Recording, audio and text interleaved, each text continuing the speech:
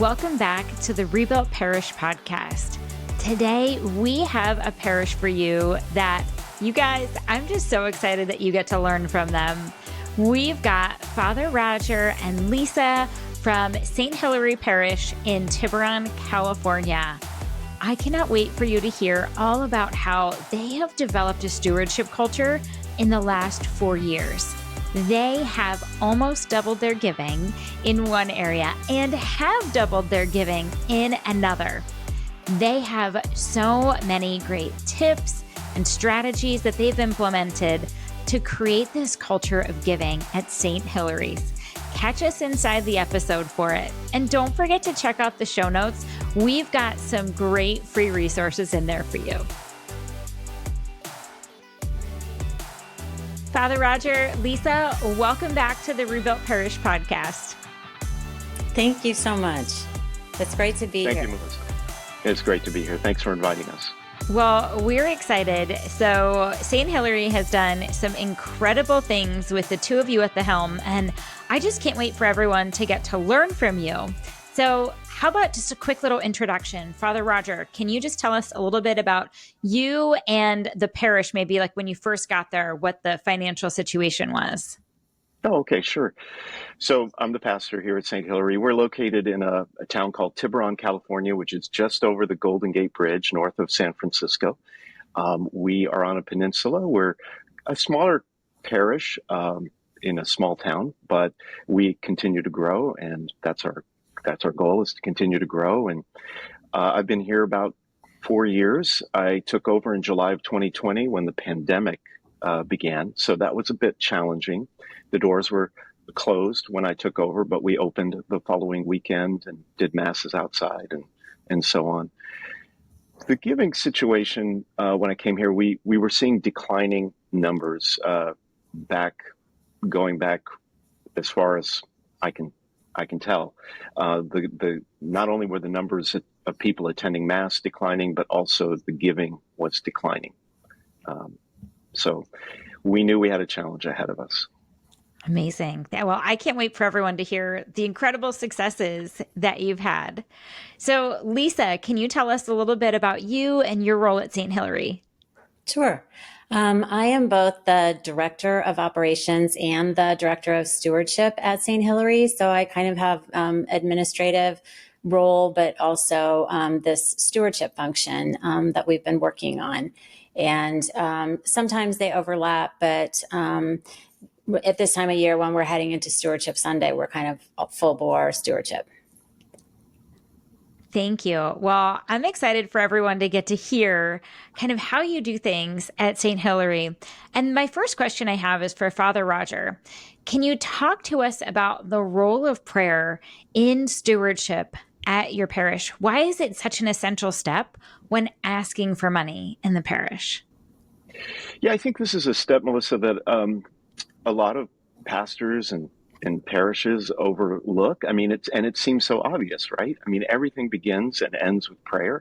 Yes. The only success that we could ever have comes from the hand of God and his abundance and his goodness and his provision. So we recently actually learned this in a slightly different area, and we reinforced it for us in a slightly different area. We've also seen an explosion in our small groups that began back in January, a huge increase. And we gathered a team of people to plan and strategize using the Rebuilt model of how to grow small groups. And one of the things that we were very, very intentional about in starting every meeting was praying, and not just praying, God help us, God help us, give us wisdom during this meeting, but actually thanking God and boldly praying with confidence that he is going to give us the increase, that this is his will for us, that if we take the right steps, God wants to open the windows of heaven, so to speak, and help us to do the great things that he wants to do to build our kingdom. And I think that's also true with stewardship. Obviously, we began every finance council meeting with prayer, and we've moved away from sort of the rote prayers that, sometimes people bring written prayers, and we just pray from the heart, thanking God for the increase and even looking forward and thanking him for his abundance. So everything begins and ends with prayer because we have to invite God into a partnership with us. And, although it's easy to overlook, that's Yes. potential. Well, it definitely is. But so some of those things that you said there that are so important for everyone to remember, it's that inviting God into that partnership, thanking him ahead of time, like it's already happened, because that's what he tells us to do. And I love where you're talking about how rather than just bringing the prayers, which we know are powerful, but praying from the heart, that's huge. That sets an example too for those parishioners on finance council on how we can pray and have that trust in the Lord that he's got us. He's got our finances. Absolutely. And we want to pray with expectation too, Yes. expecting God to do what he wants us to do and pouring out his abundance for us. Absolutely. Absolutely. Lisa, did you have anything you wanted to add to that? Yes, I just wanted to say that it also gets everyone in the headspace that giving is a part of discipleship, that it's a spiritual exercise. It's not just giving money to a need or because it's your duty. That it's when you pray about it, it reminds everyone that that's why we're doing this. It's so good. And that leads me into my next question, and that's about personal giving. So, can you share how your own personal giving has influenced and set an example for those in your parish? I can start with that.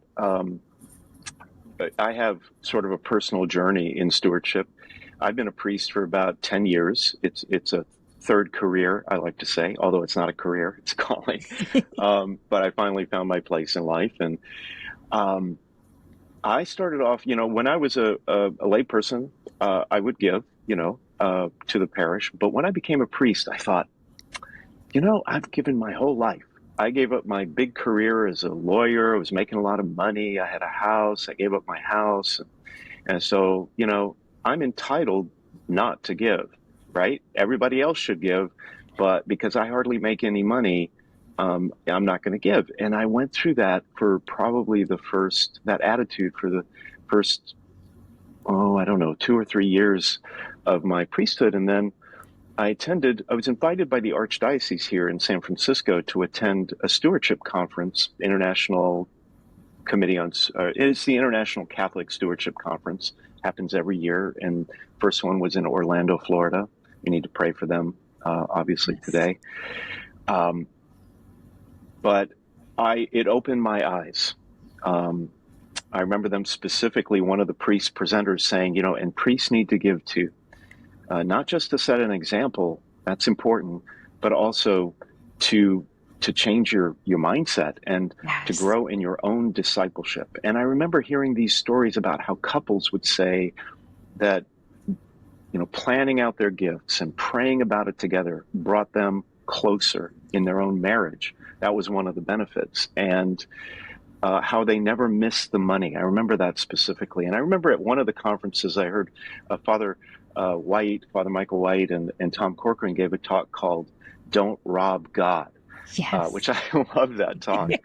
I don't know if it was at the first conference, maybe the second one, but all of those things changed my attitude that if I'm asking the people to do this, I should do this. And I have seen a change in my own understanding of giving. And over the years, I've been intentional about the giving. I've grown. Every year, I get up a little bit more in my percentage of giving. And, I'm not obviously outstanding yet, but it has changed my attitude about the need for generosity. And that's the thing is when you grow givers, it benefits them. When someone grows deeper in their discipleship of giving, they become more generous. They grow in the virtue of generosity, and it just impacts their whole life and the way they see the world.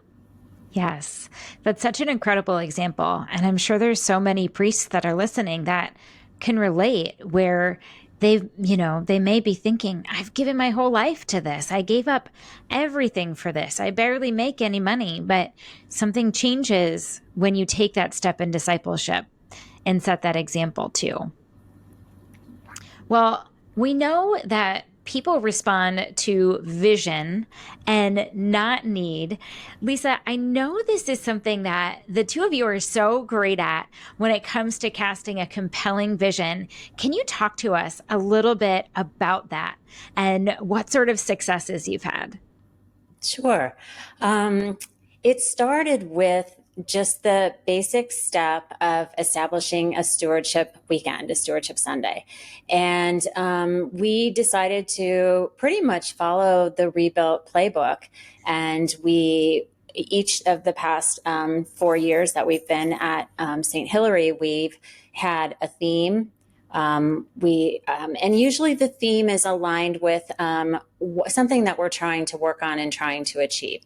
So early on, we had identified our children's programs as something that we wanted to work on. So our first Stewardship Sunday was about that. And then we had one where we were focusing on small groups, and that led into our whole big push for small groups. And so it really is kind of in the fall setting the tone of where we want to go for the year. And we put together videos. We have stewardship cards that people complete.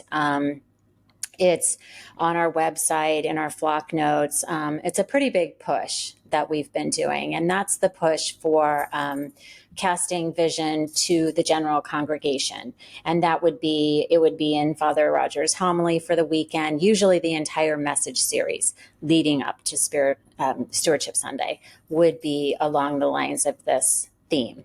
So this year, our theme is Living Stones because it's the 70th anniversary of the move of our church from a smaller little white church on a hill to its present location. And so we're honoring all of the living stones that have laid the foundation for where we are now. Oh, that's incredible. That's incredible. And Lisa, I noticed nowhere in your verbiage of what you shared did you say, our parish needs your money. Our parish needs to do this. Talk to us a little bit about casting vision versus saying we need this. We don't talk about that. We don't talk about, like, for example, we would like to buy equipment so that our children's programs could be more dynamic. We talk about where we are now in our children's programs, and we put together a video from our current director of the children's programs, and then we cast the vision of where we would like to be. And, this is what we want to achieve long term, and this is what we want to achieve in the course of the next year. And so we're asking people to sort of buy into the vision. Like, if you like where we're going, then contribute and help us. But it's not very inspiring to ask for, like, physical things. I don't think so as much, especially not with major donors. It works in the short term, but not in the long term, because you're not growing givers that way. When you cast a vision, you're helping them to see where their money is going, and not only where it's going, but how it's changing lives, how it's changing hearts. And with the children's program, I mean, we have just seen a tremendous explosion in the number of families coming to Mass and excited about things, and families are getting involved in small groups, and the kids are dragging their parents, or initially they were dragging their parents. Now the whole family is happy to be here because of what has happened with the children's program. So that's the vision that we cast, is the effect that it has on people's hearts and minds and level of discipleship. And we're about to move into our next, not this year, but our next Stewardship Sunday next year will probably be about our new missions program. So that is something, we'll talk about that in a minute, I suppose, but that's our next vision that we're casting, is how we want to be a church that gives and helps people around the world. Well, I know that you guys do a great job when it comes to stewardship throughout the year. Something else that I know you've had great success with is connecting with some of those high capacity givers. Can you share with us a little bit about what you do and maybe some of those successes that you've had? Sure. Well, again, we took a page out of the Rebuilt playbook, and we followed Father Michael and Tom's idea of having donor lunches, only Father Roger preferred dinners. So we started having donor dinners with some of the major donors that we had identified. And early on, one of our dinners was with someone who we discovered had a passion for children and helping children, and was already involved in other philanthropic efforts involving children. And so at the time, we were really looking to beef up our children's program. And so we made the ask, and that's how we got our first major gift. And since then, that approach has been so successful that that's what we've done is when we meet with people, we find out what their interests are and what their passions are. And then we try to find where they would align with where we want to go. And so it happened another occasion where there was, we made a push for our St. Vincent de Paul Society. And out of that, we discovered that we had a group of people who were very interested in missions. And one particular couple we took out to dinner, and they wanted to give, but they didn't, and they wanted to give in a big way, but they weren't really sure what they wanted to do. And so we were able to cast the vision of, oh, well, we see that, you've been very involved with St. Vincent de Paul and helping the poor. And we actually are wanting to start a missions initiative that would be local, but also would be national and international. And they were very excited about it. And that led to another major gift, which is what's enabling our whole push right now. So, and then another thing we did was for our higher donors, we had a donor dinner. And we invited them, and Father Roger cast the vision for where we're going. Not only did a little recap of where we've been, but also a little private summary of what his passions are and where he would like to see the church going. And that also led to some substantial giving. And not just in the way you would think. One of the people who attended that also attended a seminar that we put on. It was sponsored by the Archdiocese, but it was about end-of-life issues. And it led to a legacy gift from her, and which is another thing that's kind of on our agenda. We haven't really, fully fleshed that program out, but that's kind of the third prong of giving. It would be the first being your general offertory donations, the second your major gifts, and then the third your legacy gifts. But I would say that casting the vision is important for all three. That's incredible. And when we say that you've gotten, when you say that you've gotten some big gifts, I mean, these have been substantial gifts enough to fund entire ministries, which is incredible. I mean, what a blessing. All because you cast that vision, you got to know your givers, and you really listened to them and shared what was going on. And they felt so compelled and connected that they gave in a generous way. That's incredible. Yes, it is. And I'm sorry. Oh, I was just going to say that here again, we go back to prayer. When we first started thinking about missions programs, missions, a vision, casting a vision for our missions program, we were praying that someone would come forward and help, because we needed to get launched, and over time it will sustain itself as we continue to grow givers in the parish and the program develops. But we needed that initial financial assistance, and God provided. Yes. It's so important when we talk about how prayer is connected. And I didn't even realize that that's how you did that. You prayed that somebody would step forward to help fund that ahead of time. That's huge. And we know that those bold prayers honor God, and God honors bold prayers. And he's making all of that happen for you.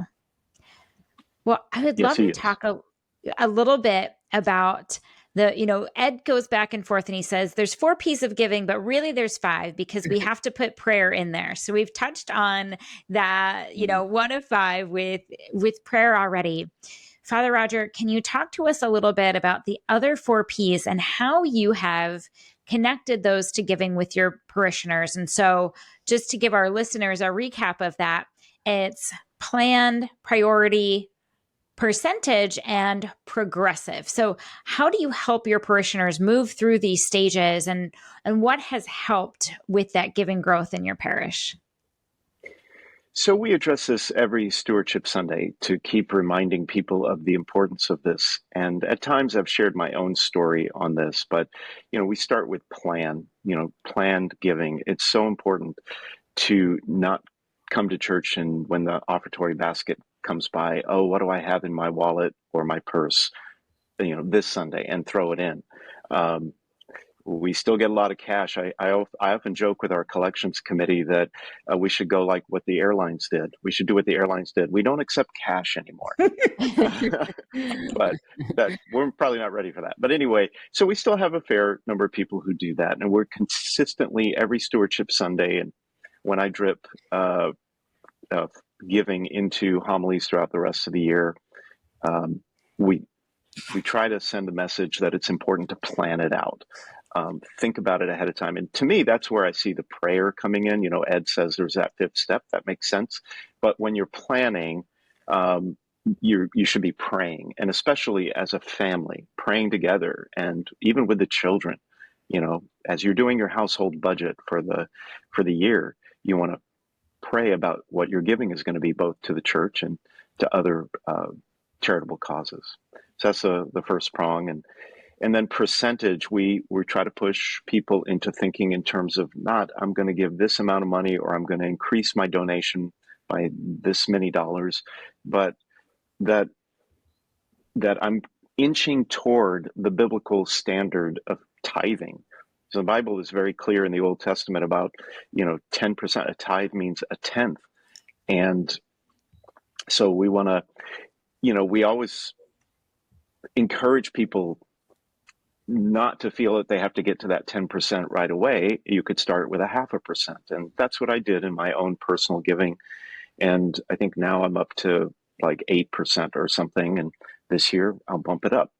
And every time I bump it up, I never miss it. Like I never feel deprived in any way. So that's planned and percentage. And then of course, make it a priority, make it before you plan anything else in your budget. It should be the top of your line, at the top line, not at the bottom line. Here's what I have left over, so I'll give from my leftover. So that's important as well.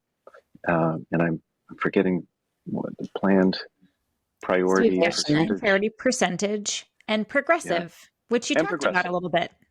So so I share that too. Is every year think about giving a tiny bit more on the percentage, or a lot more if you can.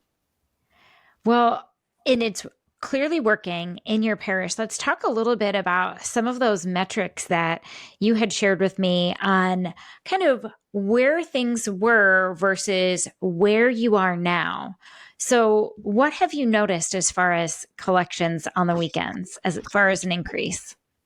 So we have 2 big buckets that we tend to measure, and that is the Sunday general collections and then the major gifts that come in. And they're accounted for separately in a different account. But when you were focused just on the collections in the Sunday basket, we went back 7 years and looked at where we were. I've only been here 4 years. So we went back 7, and we wanted to go far enough back before COVID because COVID kind of threw a monkey wrench in giving and everything. But when you look back that far, we started to see, in years T-7, we were, we were at a certain amount, and then the next year it was decreasing, and the next year it decreased, and the next year after that, I think it decreased. And then beginning in about 4 years ago, we saw it began to increase, and every year it's increasing over and over and over. So over the last 4 years, we've seen roughly a 40%, 39% increase in our general collections. What's also given me great joy, And I love to celebrate the fact that these major donors, whatever we're doing with major donors, seems to be paying off, because the major gifts have also, in that time period, doubled as well.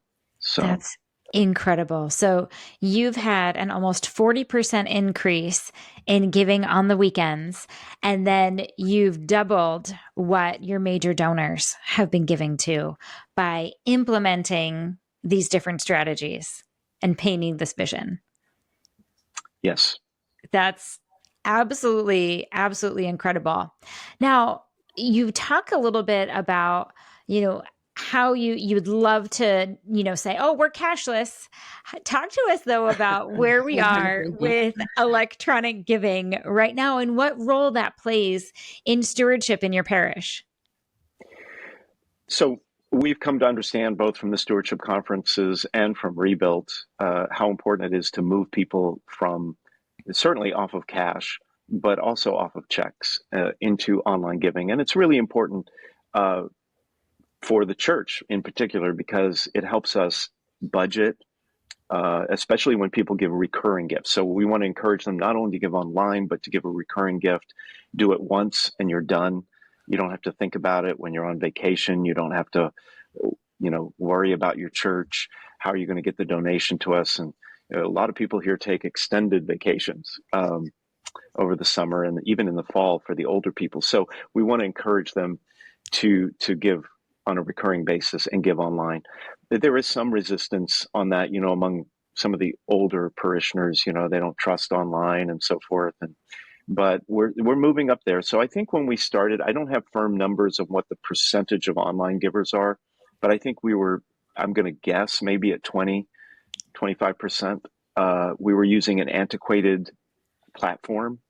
And then I'm not sure, at least if it was in year 1 or year 2, when we got here, we upgraded the platform to a more modern platform where you could pick the fund that you want to give to, the general offertory, or if there's a second collection, or if you're interested in missions or whatever, you can give to that. And so it's much easier for people to give. And we moved over our recurring givers onto the new platform. And I don't seem to have lost anyone. I was worried about that, but we didn't. And now we're up to 50% of our giving comes through online. That's and incredible. It's good, but I want to be up at 80%. That's really the best practice. So we need to keep moving people in that direction. We also use QR codes at Mass. We have a text to give option, but to be honest, that we haven't really seen success with that. Okay. And it could be the vendor that we're using. There's a lot but we have seen definite success in online giving and in through the QR codes. And so one of the things that we want to measure now is what gifts are we receiving online from people who are watching online. Yes. So there's a distinction. You can give online whether you're sitting in the pews or you're watching online. We've not up to this point been able to measure what strictly the people who are watching online are giving online. And so now we just created a new portal, and we've got a QR code that comes up, every Sunday at the time of giving, with a little message for the online people. And it'll take some time to see where that's going. I would say a year or more to see where we're at, but it's a major step for us. So metrics are so important in seeing how you're doing. And that's huge because your parish has such an online presence and such a big online campus. So being able to measure that is tremendous. I love that. Yeah, that's why the first step was changing to a platform that could accommodate it. So Father was asking earlier, it was the second year, because the first year was spent investigating what our options were in terms of a different giving platform. And because we switched, that's what's enabling us to implement these changes, like being able to track from people watching online. So good. Well, here's another question I've got for you. We've seen these tremendous changes over the last 4 years, an increase in weekly giving by over 39%, an increase in major gifts by over 50%. talk to us a little bit about how long that cultural shift took. When did you start seeing some movement in the direction of your giving? Well, one thing we've learned over the years in stewardship is that it takes time. In fact, I remember one expert saying that you really need to think in terms of an 8 to 10 year timeline for it to really become part of the culture of the parish. To, as we were saying, plan out your gift and progressively give more every year and think in terms of percentage and make it a priority. Those 4 Ps, that is a shift in Catholic culture. Huge shift in Catholic culture. Actually, just talking about money is a huge shift in Catholic culture. It's been considered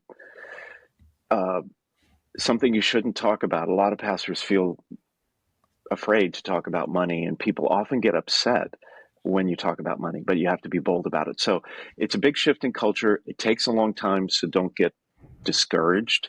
That's what we kept being told. We've seen some growth, but we have more to do.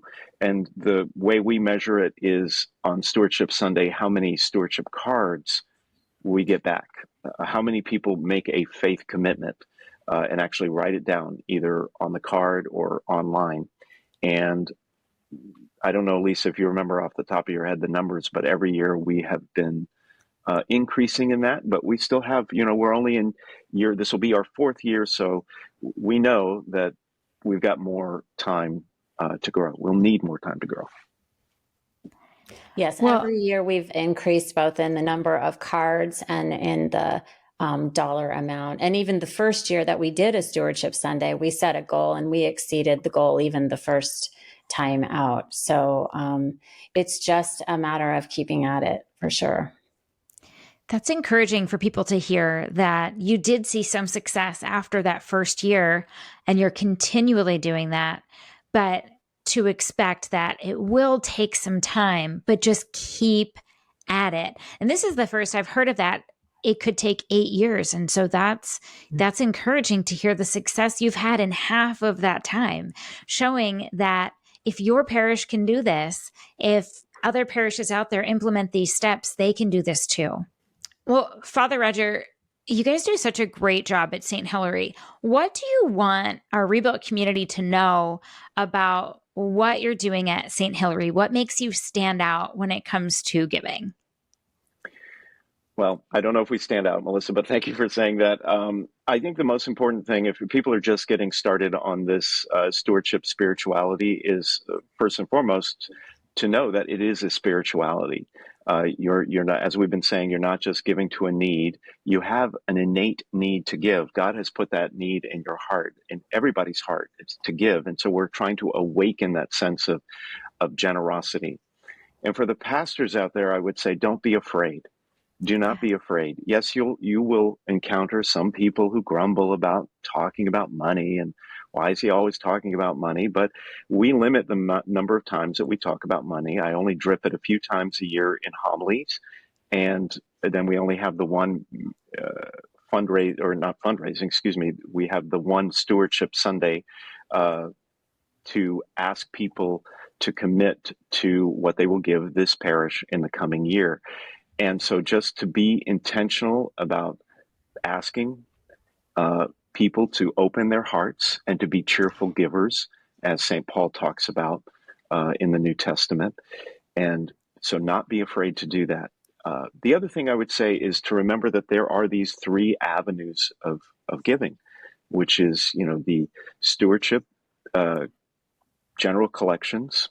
People, the average person in the pew is giving. And so you want to cast that vision every time you can. What are the good things happening in this parish? How has your generosity moved this parish forward? What results are we seeing? You could drip that into homilies and, of course, talk about it on Stewardship Sunday and celebrate the great moments you're having. And then the second prong, as we've been saying, is connecting with your major donors. They're out there. And it's not just the ones who are giving in big ways now, but also the ones who have the potential. Yes. And so couple of ways to do that, and we're still, working on it. But I've always been a terrible thank you note writer. My mom Me always was too. like, my mom would always say, Father Roger. Yeah, she called me Father Roger. No, just kidding. Uh, she would say, you got to write these thank you notes for your birthday card. So, but it's so true. And I was inspired. I learned this from Nativity. I once gave a gift to Nativity. It was small. The next week, I received a handwritten card from Father White. I still Wow. have that card. I keep it on my wall. I got it pinned to my wall because it reminds me. It made me feel like I wanted to give again. It made me feel engaged with the parish. It was so important. So, especially with major donors, I do try at several points in the year. We have a system where when people reach a certain milestone in their giving, then I write them a thank you note, just thanking them for what they've done and how important it is. And not just thanking them, but also saying how their gift, in a very short way, how their gift is advancing the mission of the church. I'll focus on something, the win we've had in some area.